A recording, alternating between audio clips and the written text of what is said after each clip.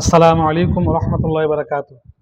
যখন আমাদের দ্বারা হঠাৎ কোনো পাপ হয়ে যায়, অপরাধ হয়ে যায়, কোনো গোপন গুনাহ আমরা করে ফেলি যা কেউ জানে না, আল্লাহ ছাড়া কেউ জানে না, অনেক গুনাহ আমরা এরকম করে থাকি।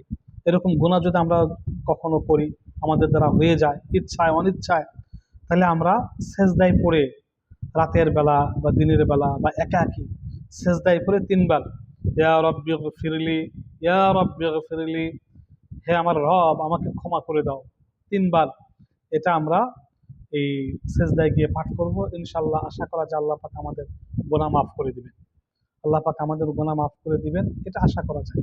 যখন কোনো গুনাহ হয়ে যাবে, তওবা ইস্তেগফার পাঠ করার পাশাপাশি, তওবা ইস্তেগফার তো আমরা অবশ্যই পাঠ করব, তার পাশাপাশি আমরা সেজদায় গিয়ে ইয়া রব্বি গফিরলি, ইয়া রব্বি গফিরলি, ইয়া রব্বি গফিরলি তিনবার, সাতবার, পাঁচবার পাঠ করব। এটার অর্থের দিক খেয়াল করব। হে আমার রব আমাকে ক্ষমা করে দিন, হে আমার রব আমাকে ক্ষমা করে দিন। এইভাবে আমরা পাঠ করব। আশা করা যায় আল্লাহ পাক রব্বুল আলামিন আমাদেরকে ক্ষমা করে দিবেন, আমাদের প্রতি দয়া করবেন, আশা করা যায়। এই আমলটি আমরা কে, পাপ ছাড়া কোনো মানুষ নাই, পাপ হয় না এমন কোনো মানুষ নাই।